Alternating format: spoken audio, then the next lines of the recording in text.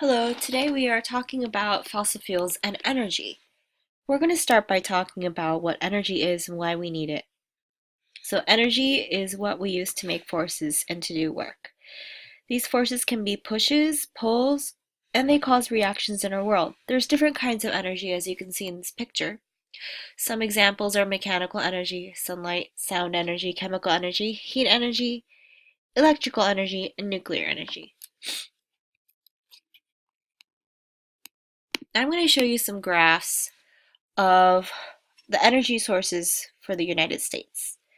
So as you can see from this chart here, most of the energy in the United States comes from what we call fossil fuels. So coal, petroleum, natural gas are fossil fuels. And this is data from 2011, so it's a little bit outdated, but the numbers are pretty similar today. There are three types of fossil fuels we're going to be talking about mainly in a few minutes. But I also wanted to point out this chart down here. This is actually the total world energy consumption in 2013. So the energy source for the entire world, as you can see, is very similar. It's mostly petroleum, coal, and natural gas, and about 20% is renewable energy. So, since petroleum, coal, and natural gas is such a significant part of our energy sources for the world, let's talk more about what these three types of energy sources are. So, we'll start with petroleum. Petroleum is a liquid fossil fuel, and it can be separated into different types of fossil fuels in what we call oil refineries. This is a picture of an oil refinery. And it's separated based on boiling temperature. So basically, this diagram shows you at what temperature different types of petroleum liquids can get extracted. So as you can see, as the temperature gets higher and higher, you can get different kinds of oils extracted from petroleum. Imagine petroleum to be like a mixture of all these different kinds of fuels all mixed together, and because they boil at different temperatures, you can extract them at different temperatures. So some of the things that you can get from petroleum are gasoline, which we use in our cars, jet fuel, kerosene, diesel fuel, and fuel oil. Some other things that you can get are things for oils and waxes. I don't know if you guys have heard of Vaseline, but that's also made out of petroleum. Things like plastics are also made out of petroleum, and as well as rubber, detergents, and paints. So petroleum is very versatile and it makes a lot of our different products. Now let's talk about natural gas. Natural gas is a gas. It's not a liquid or a solid, and most natural gas in our country is used for heating and generating electricity. And just like petroleum, natural gas is separated into different types as well. The three main types are methane, which is used for heating homes, cooking, washing, and drying; propane, which is used in a lot of outdoor grills and cooking fuel; and butane, which is used in lighters. Now let's talk about coal. Coal is the solid type of fossil fuel, and it's rock. It looks like rock, so you can see pictures here. It's actually the most abundant, meaning it's the most commonly found type of fossil fuel in the world. And coal can be burned to produce heat, and that can be used to generate electricity. And it's used in a lot of developing countries to power factories and transportation, like trains. So how do these things form? Petroleum and natural gas formed a really long time ago. Take a look at this diagram here. 300 to 400 million years ago in the ocean, there were a lot of microscopic organisms that when they died, they settled on the ocean floor. And after millions of years, these organisms become part of sedimentary rock, and a lot of sand and silt pile on top. And through millions of years of pressure, uh, these fossils form these fossil fuels. And it takes a really long time for these fossil fuels to form. It takes a lot of heat and pressure, and because they are from such a long time ago, we are able to extract them today by drilling a very, very deep hole into these layers of rocks. And here's a better picture of how the extraction process happens and what it kind of looks like in the rock where oil and gas are found. You can see like in between the layers of the rocks we find these reservoirs of oil and gas, and these drilling happens to obtain this oil and gas here. Now let's talk about how coal forms. Coal forms a little bit differently than oil and gas, petroleum and gas. Usually petroleum and gas are found together, as you can see here, but coal forms slightly differently. So coal actually came from dead swamp plants from millions of years ago. And what happened was when the swamp plants die, they kind of settle to the bottom of the swamp, and then the bacteria and fungi that live there transform the sunken plants into what we call peat, which is about 60% carbon. And then as sediment builds on top of the peat with time and pressure, peat becomes a type of, it's not coal yet, but it's a type of rock called lignite. And then with more pressure and heat, it turns into coal. And that's how coal is formed. And we usually dig it out of the ground. So now let's talk about where most of our oil is found in the United States and in the world. In the United States, we have some common oil deposits. There's major ones in California, Alaska, and around Texas and Louisiana. And those are the main sources. But actually, if you look at the rest of the world, we have a lot more fossil fuels found in the Middle East here. We have a lot found in Canada as well.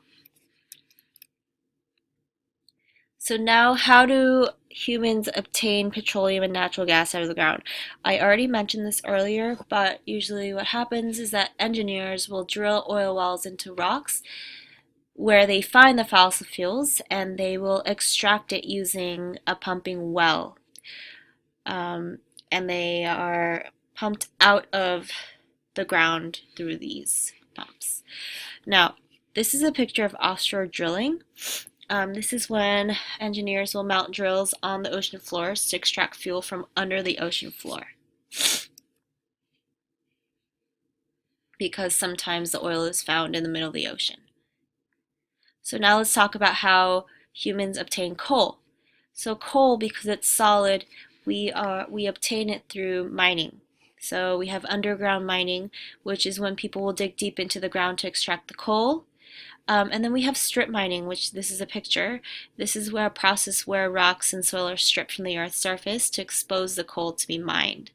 Usually we use explosives like dynamite to strip the land. So now let's talk about why is it that we use fossil fuels so commonly as a source of energy. So first of all, fossil fuels produce a lot of energy per amount. So each time you burn it, you get a lot of energy in return. So it's useful. Second, it's very stable. So fossil fuels are made out of these three atoms called carbon, hydrogen, and oxygen, which are very, very easy to handle, and they're very stable. They're not dangerous when we burn them. Third, transportation is a huge deal. Fossil fuels can be really easily transported from one location to another, and that's why we can meet demands of different companies around the world. So one country can trade fossil fuels with another country really easily and for energy. Also, fossil fuels are abundantly available. That means they're found all over the world, and they're really easy to find, and therefore they're used more commonly. The fifth reason why is that it's very cheap. If you compare, the cost of coal, oil, or gas compared to, say, solar panels, it's a lot cheaper to just use fossil fuels as opposed to investing in solar panels. And finally, business and consumer demand is really high. That means that a lot of products that we use today rely on fossil fuels. And because we continue to use them and continue to buy them, it just provides a need for oil even more. This graph shows a projection of possibly when we can run out of fossil fuels. It's really uncertain, but this is a projected projection. We use approximately about 11 billion tons of fossil fuels per year. Uh, so if we continue to consume at this rate, we may run out by the end of the century. However, we haven't discovered all the reserves in the world, so uh, this number can change. However, we do know that it is a non-renewable resource, so we will eventually run out. This chart shows how much pollution fossil fuels release. As you can see, the number one pollutant that all three fossil fuels release is carbon dioxide, which you guys learned last year is a cause for global warming. Some other pollutants are carbon monoxide, which is a very poisonous gas, nitrogen oxides, sulfur dioxides, particulates, and mercury. Let me talk about some of these particles in more detail in the next few slides. So I'm going to talk about some of the consequences of using fossil fuels now. And we're going to start by talking about coal. So what happens when we burn coal? Burning coal releases sulfur dioxide, which is one of the pollutants that was mentioned in the table. And sulfur dioxide, when it's released, it will combine with moisture in the air and it produces a type of acid called sulfuric acid. When this rains back down onto the earth, it's acid rain, and acid rain will really negatively affect wildlife, plants, buildings, and statues. As you can see in these two photos here, these are some photos aftermath of acid rain. Also, coal is 90% carbon. That means that burning it releases a lot of carbon dioxide, which leads to global warming. Coal accounts for about 32% of greenhouse gases in the United States. Now let's talk about the consequences of mining for coal. Mining for coal is really dangerous. First of all, the coal dust can damage the people's lungs, and there's a really increased chance of people getting trapped in the mines. Strip mining also removes plants and soil needed for survival for organisms and destroys ecosystems. And it could also pollute water supplies. Now let's talk about the consequences of burning petroleum. Burning petroleum is responsible for 42% of the greenhouse gas in the United States, and that's a major cause of global warming. It also causes smog, which is a type of fog that's produced from the reaction of sunlight and air with pollutants like nitrogen oxide. And as you guys know, smog is really prevalent in Los Angeles because we have a lot more people driving cars, and it's known to cause damage to our lungs and also to cause cancer. Now let's talk about the consequences of drilling for petroleum. So drilling for petroleum also has devastating effects to environments because it could lead to oil spills.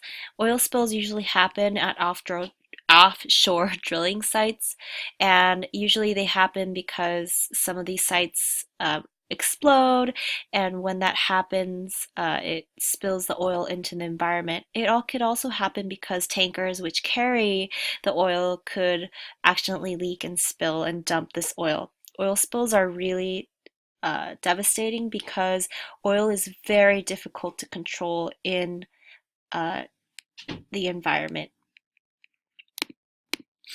Now let's talk about the consequences of burning natural gas.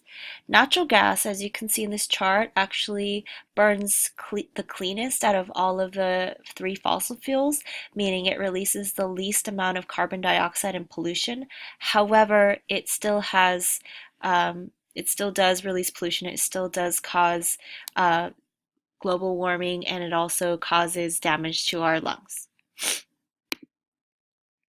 Finally, the consequences for drilling for natural gas is the following. Fracking is a type of drilling used to get this natural gas out. And usually what happens is we pump chemicals and sand into the ground to create these cracks or fissures to get the gas out. And some of these chemicals are very dangerous for our bodies and can run into our groundwater. Fracking is also known to create more earthquakes, which is also not